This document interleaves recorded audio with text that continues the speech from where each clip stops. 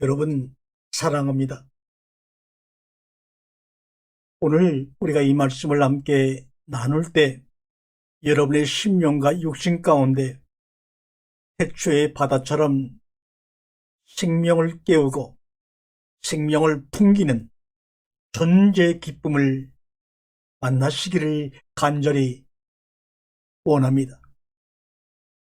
우리 창세기 1장 2절에 보면 이런 말씀이 있습니다. 땅이 혼돈하고 공허하며 흑암이 깊음에 있고 하나님의 영은 수면 위에 운행하시느니라. 이 말씀을 읽어보면 땅이 혼돈하고 공허하고 흑암이 깊음에 있고 이게 도대체 무슨 장면이요? 많은 논쟁이 있는 구절입니다. 그래서 신경 쓰기 싫어서 그냥 그렇구나 하고 그냥 넘어가 버리는 구절이기도 합니다. 그런데 어느 구절이든지 하나님이 우리에게 하신 말씀이라면 거기는 분명히 포인트가 있고 하나님의 생각이 있고 하나님의 마음이 깃들어 있습니다. 또 우리 인간적인 문법의 구조로 보더라도 분별해 낼 수가 있습니다. 이 창세기 1장 2절 땅이 혼돈하고 공허하며 흑암이 깊음에 있고 하나님의 신이 수면에 운행한다고 할 때 우리들은 대개 여기에 키포인트를 혼돈하고 공허하며 흑암이 깊음에 있고가 포인트로 보고 거기에 신경을 집중시킵니다. 태초의 바다에 깃든 혼돈과 공허와 어둠이 이 구절에서 말하고자 하는 구절의 주제가 아닙니다. 그 뒤에 보게 되면 하나님의 신은 수면 위에 운행하시고 라고 나옵니다. 다시 말하면 태초의 바다에 깃든 혼돈과 공허와 어둠과 하나님의 신이 서로 마주보며 대치하고 있는 전쟁의 장면 같기도 합니다. 서로 마주대하고서 말입니다. 하나 될 기미가 전혀 보이지 않았습니다. 너와 함께라고 하는 나는 나야라고 하는 에오엘 아셸 에오이라는 하나님의 본질이 여기서 드러날 기미가 보이질 않습니다. 그런데 잠시 지나다 보니까 하나님의 영으로 말미암은 생명을 깨우고 생명을 풍기는 존재의 기쁨을 만나도록 이끄시는 하나님의 모습이 나옵니다. 혼돈과 기쁨의 그 장면의 연출은 하나님의 영으로 말미암아 생명을 깨우시고 생명을 풍기는 존재의 기쁨을 만나도록 이끄시는 하나님의 사랑의 설정 장면입니다. 다시 말하면 서로 대극하고 대치하는 모습에서 하나됨으로 이끄시는 과정을 우리에게 아주 실감있게 보여주시기 위해서 이렇게 창세기 1장 2절을 설정해 놓으신 것입니다. 언제요? 대치에서 하나됨으로 변화가 되어 생명을 깨우고 생명을 풍기는 존재의 기쁨을 만나도록 주님은 창세기 1장 3절에 빛이 있으라 이 한마디 말씀을 위해서 미리 준비된 환경 설정이 바로 창세기 1장 2절입니다. 있으라는 말이 바로 빛이 있으라는 말이 바로 모세가 하나님께 당신의 이름이 무엇입니까? 라고 했을 때 나는 나야 할 때 그 나야라는 말입니다. 에웰, 이 에웰이라는 말이 바로 있으라는 말입니다. 그러면 하나님은 자신의 존재를 모세가 감히 하나님께 물어보기 전에 스스로 있으라, 에웰, 에이라고 먼저 말씀하십니다. 있으라라는 말은 뭡니까? 함께라는 마음입니다. 함께라는 말입니다. 빛이 있으라. 혼돈과 깊음과 어둠과 하나님의 신이 서로 마주보고 전쟁하는 것처럼 대치하고 있는 이런 환경 가운데서 있으라 말씀하십니다. 다시 말하면 하나가 되라 이런 말입니다. 있으라 하는 함께라는 마음이 있으면서 그것을 빛이라 하셨네요. 빛이라고 하는 것은 다른 것이 아닙니다. 태양빛도 아니요, 달빛도 아니요, 별빛도 아니요, 전기불도 아닙니다. 이 1장 3절에 빛이 있으라는 말은 무슨 말입니까? 서로 대치되어 있는 하나님의 신과 어둠과 혼돈과 공허가 서로 대치되어 있는 이 모습 가운데서 하나가 되는 그 함께라는 그 모습을 빛이라는 단어로서 우리에게 표현해 주신 것입니다. 있으라 하는 함께라는 마음이 있으면서 그것을 빛이라고 명명하셨죠. 빛이 있으니 보이던 혼돈과 어둠과 공허가 보이지 아니하고 기쁨이 생명을 풍기는 존재 기쁨을 우리가 느끼기를 시작합니다. 기쁨이 생명을 풍기는 존재 기쁨을 느끼기 시작하면서 창조의 둘째 날로, 창조의 셋째 날로, 창조의 넷째 날로, 창조의 다섯째 날로, 창조의 여섯째 날로 나아가다가 일곱째 날 안식에 들어가는 것입니다. 하나님이 함께함으로 말미암아 우리 속에 생명이 풍기지 않는다면, 기쁨이 역사하지 않는다면 우리는 절대로 여섯째 날의 창조의 과정을 살아가면서 일곱째 날로 들어갈 수가 없는 것입니다. 여러분은 창조의 몇째 날에 머물러 계십니까? 하나님의 태초 안에서, 머리 안에서 하나님과 하나였던 내가 시공간의 땅에서는 둘로 존재하고 있는 것이 보이네요.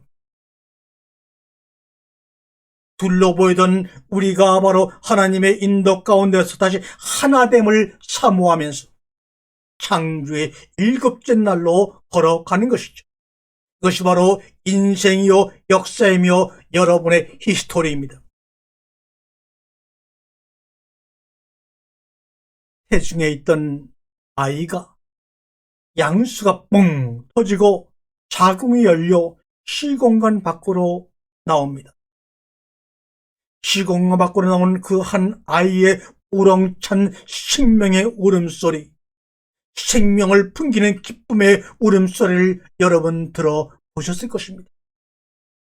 그 아이는 양수 안에서 엄마의 태중에서는 아빠 엄마를 구분할 수 없고 구분하지 아니하고 그저 하나였습니다. 그런데 양수가 터지고 자궁이 열려 시공간 밖으로 나와보니 하나였던 엄마 아빠와 내가 셋으로 보이네요.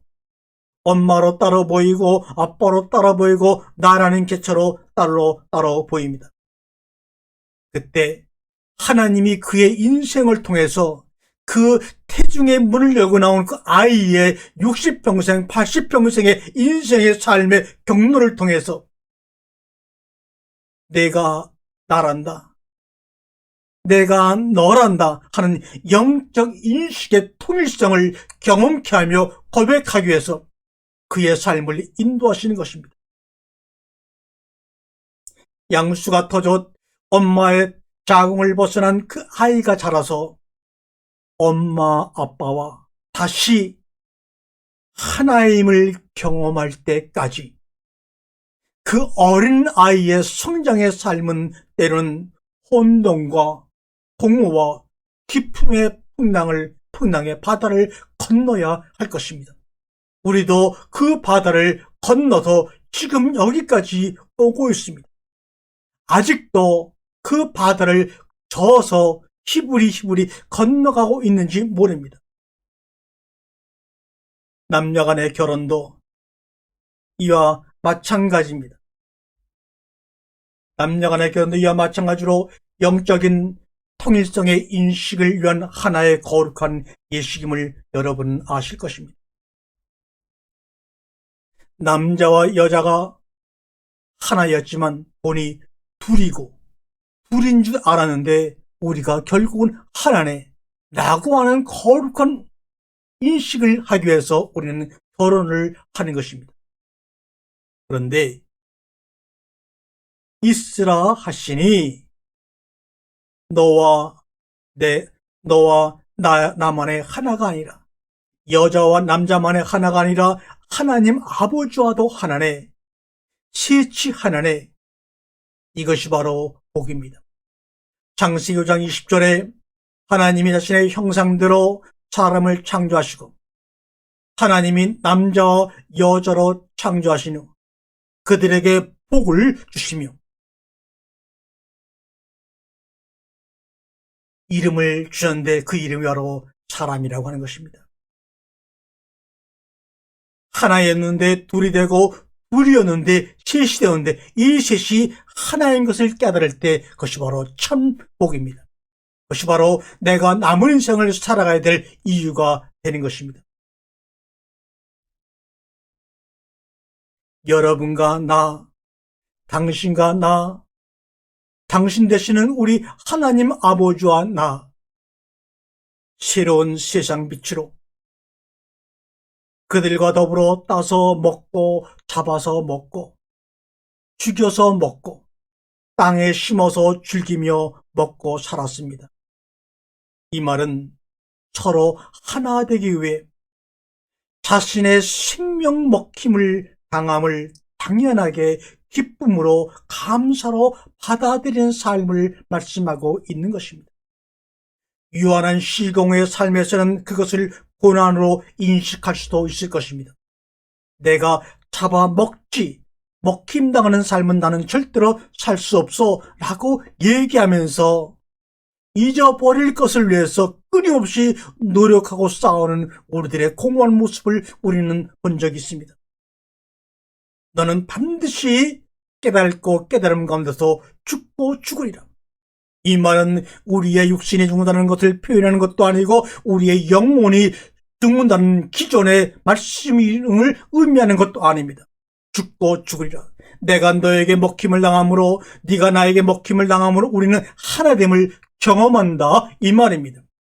예수 그리스도가 하나님의 씨앗이 되어서 땅에 심김으로 실뿌리가 나고 싹이 나고 줄기가 나고 꽃이 피고 열매가 맺힘으로 우리에게 하늘의 양식으로 먹힘당함으로 도저히 하나 될 수 없는 그분과 하나됨을 경험케 하는 복된 축복의 소리가 반드시 죽고 죽으리라는 말입니다.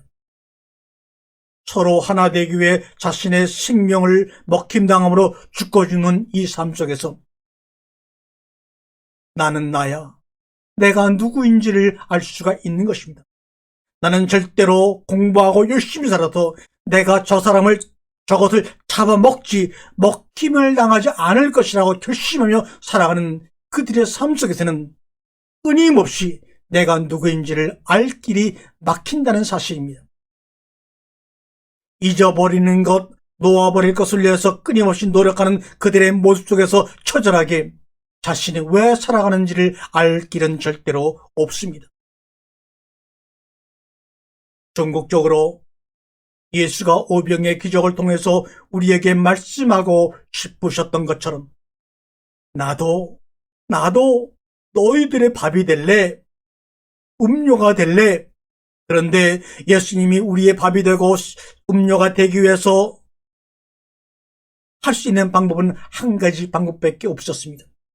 세상을 지으시고 우리를 창조하신 전능하신 하나님 아버지이신 예수 그리스도가 우리에게 밥을 주시고 생명수를 주시기 위해서 할 수 있는 일은 자신이 죽고 죽는 길밖에 없음을 우리에게 보여주셨는데도 불구하고 연약한 우리는 다른 방법을 찾겠다고 역사의 수레바퀴 속에서 생로 병사를 경험하며 지금까지 부딪혀 왔습니다. 내가 너가 되고 네가 나가 되는 길은 서로에게 밥이 되고 양식이 되는 길밖에 없습니다. 그것은 죽고 죽으리라. 그 예수 그리스도의 죽음과 더불어 내가 죽음으로 말미암아 저는 여러분에게 밥이 되겠습니다. 여러분은 저에게 밥이 되어 주십시오. 그러므로 만났을 때는 전국적으로 우리는 하나입니다 라고 고백하는 그 장소가 바로 하나님의 나라입니다. 이것을 먹고 마시고 나와 하나 되자. 그것이 영혼이야. 나와 하나 되는 것이 영혼 생명이야. 하늘 생명이야. 외치면서 땅에 심겼던 그 예수님의 그 마음. 그래서 예수님이 우리 가운데 양식이 되어 오심으로 말미암아 예수와 나는 그리스도가 되어 하나님 나라 안에서 영원 생명, 하늘 생명을 누리며 살아갈 것입니다. 여러분을 이곳으로 초대합니다.